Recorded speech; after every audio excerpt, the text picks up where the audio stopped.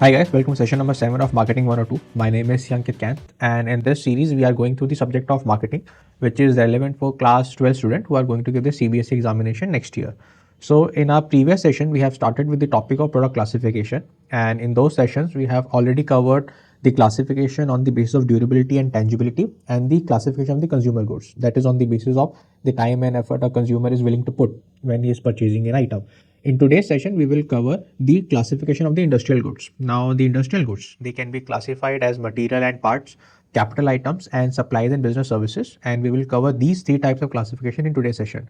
So let us first understand what are industrial goods. So industrial products, they are basically used as input to manufacture a consumer product. So consumer products are also manufactured in a factory. They are also manufactured in a unit.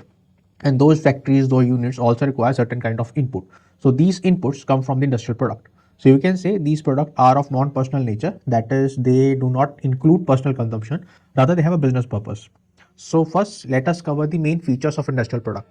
So first and foremost, these industrial products have a limited number of buyers. If we compare industries who are manufacturing, let's say, car, and we compare the people who are buying the car, that is the consumer, you will see that there are a limited number of companies which are manufacturing the automobile and there are large number of buyers.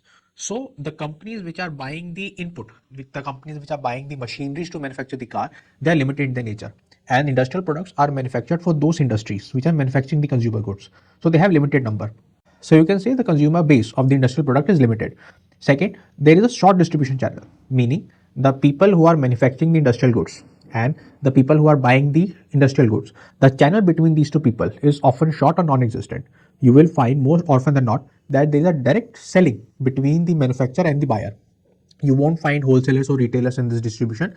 More often than not, you won't find it. There might be some type of industries where there are wholesalers, but usually that distribution channel is short when it comes to the industrial goods. Then, just like in any other country, in India also, we have a concentration of industries to few geographies. So therefore, these industries, they are concentrated on those geographies only. So the demand is also concentrated. And the demand of this industrial product is very much correlated to the demand of the consumer goods. So if the people who want to buy the car, if the number of those people increases, then the people who are manufacturing car, they also have to increase their number. So they have to set up more factories, more manufacturing unit. In order to do that, they will buy more industrial goods. So the demand of the industrial product is very much related to the demand of the consumer goods. The purchase of industrial product is a very technical process. No two industries will demand same kind of plant. So let's say if we have the example of a Tata company and Maruti Suzuki company. So the plant which is being asked by the Tata company to manufacture its own car will be very different from the plant which is being set up by the Maruti Suzuki company to manufacture its own car. So there are a lot of technical consideration required. There are a lot of customization required according to the need of the industry, according to the need of the industrial buyer. Then a very important aspect which we get to see in the industrial product is that there is a renting out of product. So a company need not to buy a machinery, they can also rent out the machinery. So leasing option is also available with the buyer, that they do not need to buy an entire factory, they can rent out the factory with the machineries. And finally, sometimes there is a reciprocal buying agreement. So let's say if I am supplying certain raw materials to a manufacturing unit, for example, I am supplying big cloth rolls to the manufacturer of the shirts, then it might happen that I will enter into a reciprocal buying agreement that you will manufacture these shirts and I will buy these shirts from you to sell it under my own brand name to the final consumers. So these are the important features of an industrial product. Then let us cover what are the different type of industrial product. First and foremost, we have the materials and the part. I think the name is very much obvious. These are the materials, these are the part, these are the input which are used for manufacturing a product. So first and foremost, we have raw materials. Raw materials are agri-based like sugarcane or rubber, or they can be natural product like iron ore. These are available to us through nature, and agriculture product they are produced in the farm. These farm products are usually renewable in their nature. Natural products on the other hand, they are available in limited quantity, but they are available in great bulk. So their unit value is relatively lower than the farm product. But the problem with the farm product is that there are few large producers and the marketers who are supplying these natural products.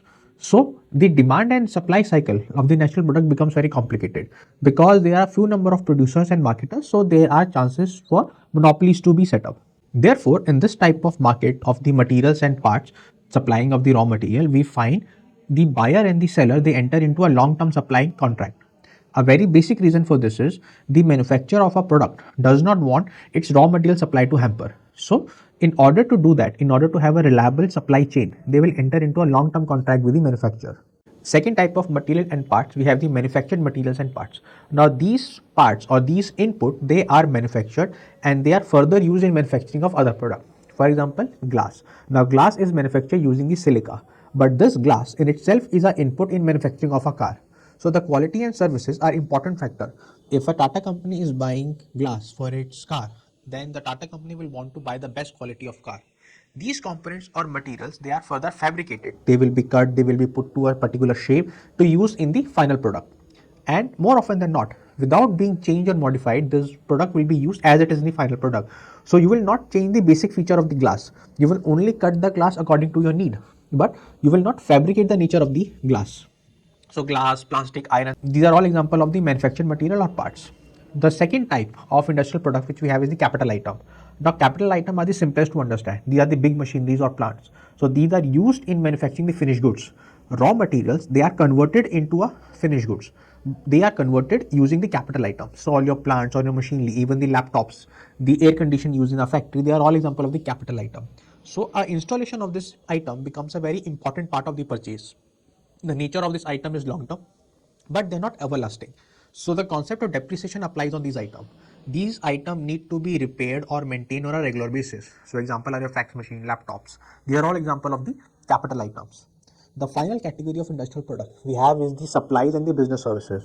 Supplies could be understood as the spare parts, the consumable parts which are required to maintain a factory or to maintain a machinery or to run a factory on a day-to-day basis. So these are required to develop or manage a finished product.